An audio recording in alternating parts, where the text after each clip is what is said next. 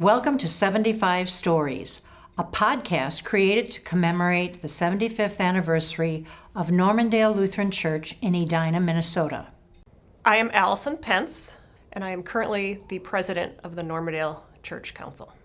My family first came to Normandale in 1986 when my parents moved to this community.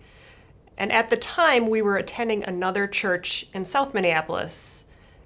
As I got a little bit older, as I started to get ready to start confirmation, my parents made the intentional decision that they wanted to move to a church in Edina so that I would go through confirmation in a church where I would be with my classmates and very much a part of the community that we were currently living in. So we came to this church in the late 80s with the intention that I would start confirmation here. And this church became such an important part of my life at that time that as I grew up and I went away to college and I came back, when it was time for my own family to start, this was the only option for us. We came back to Normandale. My parents still attend this church, and this is where we have raised our own family. I have kept coming back to Normandale through all of the years that my family has been here because this really is an extension of the community that I live in, and faith has been such an important part of my life and of the life of my family that I wanted to ensure that my own children had access to a community that is this caring and this loving and this compassionate about them and their development, both spiritual and within community, that it was really important to me that we kept coming to this church. I will say when we had 3 kids and they were all in those really young years, it was really hard to get here on a regular basis. It was exhausting. At times, it was challenging to be in the church when you have 3 little boys running around. And so it very much became a challenge. So there were definitely years where we were not here as frequently as we could have been. And so as soon as we felt like things were settling down, we were getting into a rhythm, it was absolutely essential that we got back here. And so we brought our children to Sunday school. We were part of the Faith Imprints program back in the day when that was first created. Our children were in the cherub choir. It was very important that we got them here as well so that they received the same level of support that I have always felt from this congregation. And so it was just an intentional decision that we had to keep coming because we wanted to instill that connection to this community in our children. And now that my children are growing up and are becoming young adults, I am seeing that that is bearing fruit. My children now ask, "Are you going to church on Sunday? Can I come along?" Which, as young adults, especially teenage boys who like to sleep till noon, yes, the answer is absolutely yes, you should come along. And they do. And that's really the most exciting part for me, is to see these intentional connections that we have tried to build to this community with our family really is now carrying out, and they are making their own decisions to come on their own.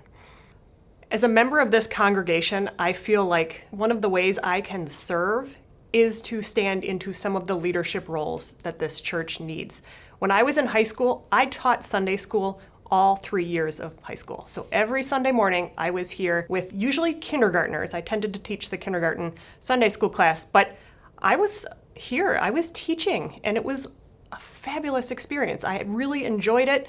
It's so fun to see the kids that I used to teach now have their own children in this church, which makes me feel a little old, but I was teaching. And then as I grew older and became a young adult myself, my husband and I were part of the young adult program, and I helped lead the young adult activities team for a while under Pastor Chris Enstead.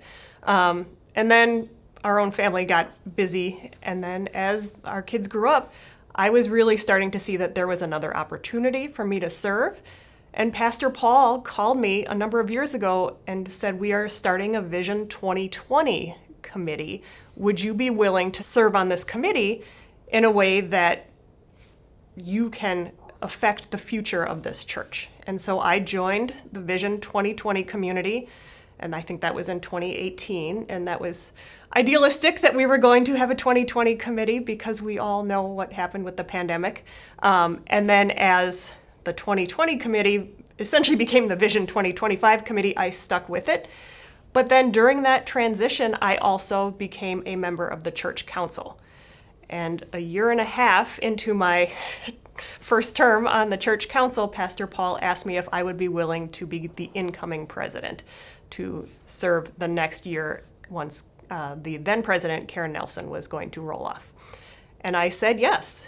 And then 6 months later, I took the role as the council president.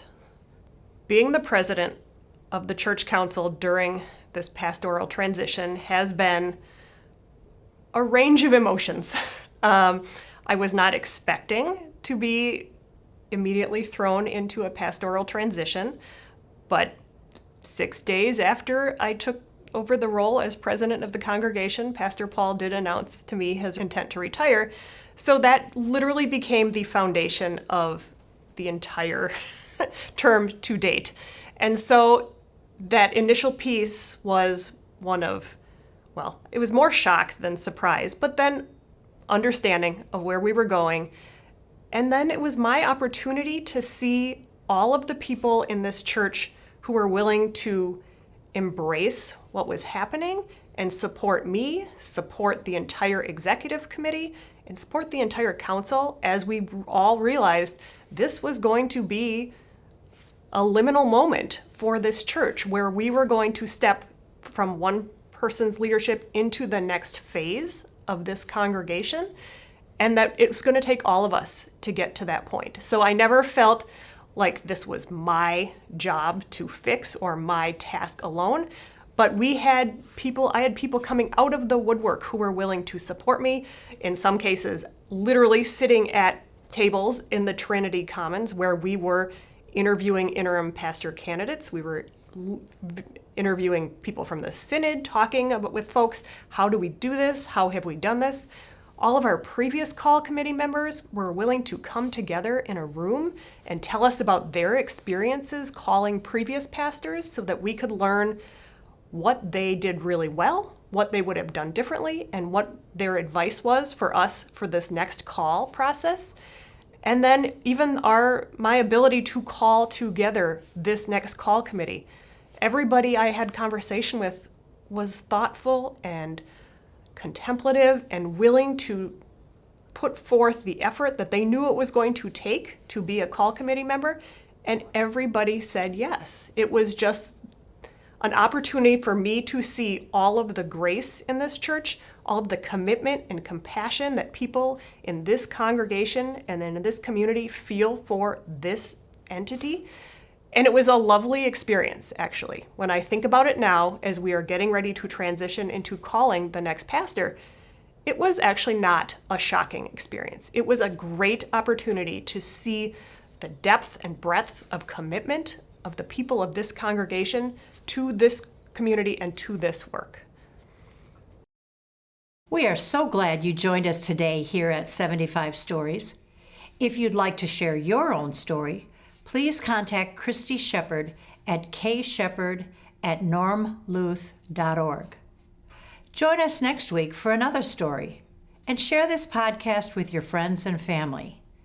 We are all part of the Normandale community.